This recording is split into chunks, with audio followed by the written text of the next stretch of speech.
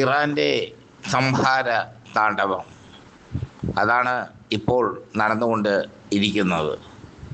ഇറാൻ്റെ ആത്മീയ നേതാവുമായി അമേരിക്ക ചർച്ച നടത്തിയെന്നും അതുകൊണ്ട് യുദ്ധത്തിന് താൽക്കാലിക വിരാമം വരുത്തുമെന്നും താൽക്കാലിക വിരാമം ഇടുന്നുവെന്നും ഒക്കെയാണ് അമേരിക്ക പറഞ്ഞത്. അതിനുശേഷവും ഇറാൻ്റെ ഊർജ കേന്ദ്രങ്ങൾ അമേരിക്ക ആക്രമിച്ചു.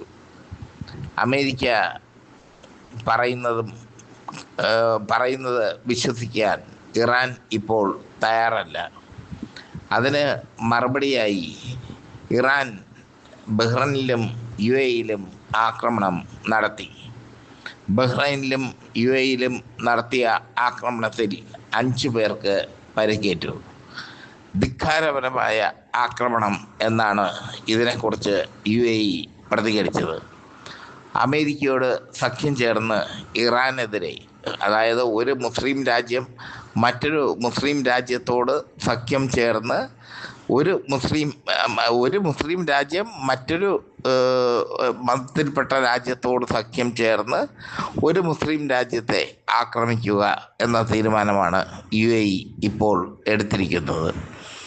സൗദി അറേബ്യയും അതേ നിലപാടിൽ തന്നെയാണ്. ഇറാനെ വളഞ്ഞിട്ട് ആക്രമിക്കുക എന്ന ഒരു തന്ത്രമാണ് ട്രംപ് ഇപ്പോൾ പയറ്റുന്നത്.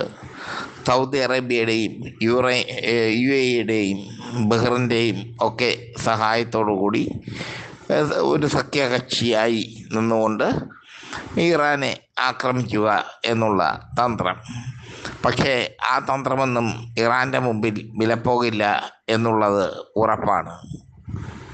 കാരണം ടെൽ അവീവിൽ ഇന്ന് മിസൈൽ വർഷം തന്നെ നടന്നു. ടെൽ അവീവിൽ നടന്ന മിസൈൽ വർഷത്തിൽ 6 പേർ കൊല്ലപ്പെട്ടതായി ഇസ്രായേൽ സ്ഥിരീകരിച്ചു. നിരവധി പേർക്ക് പരിക്ക് ഏറ്റിട്ടുണ്ട്. അമേരിക്കയുടെ വ്യോമ പ്രതിരോധ സംവിധാന സിസ്റ്റങ്ങൾ ഒക്കെ ഇറാൻ തകർക്കുന്ന രീതിയിലാണ് കാര്യങ്ങളുടെ പോക്ക്. യുദ്ധം ഇങ്ങനെ പോയാൽ അത് 3-ാം ലോക മഹായുദ്ധത്തിലേക്ക് മാറുമോ എന്ന ഒരു സംശയം നിലവിലുണ്ട്.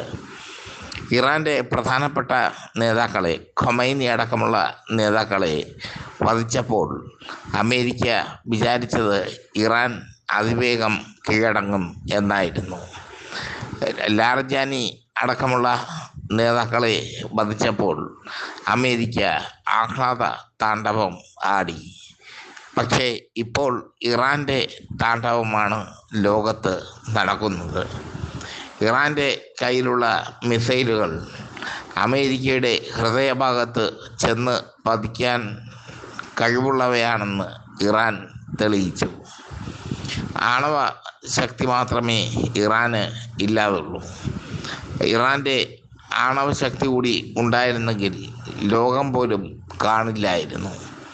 ആ രീതിയിലാണ് അവർ തിരിച്ചടിക്കുന്നത്. ഓരോ അടിക്കും അതേ നാണയത്തിൽ തിരിച്ചടി. ഇതാണ് ഇറാൻ്റെ പ്രത്യേകത. ടെൽ അവീവിലെ ജനവാസ കേന്ദ്രത്തിൽ ഇറാൻ്റെ മിസൈൽ പതിച്ചു.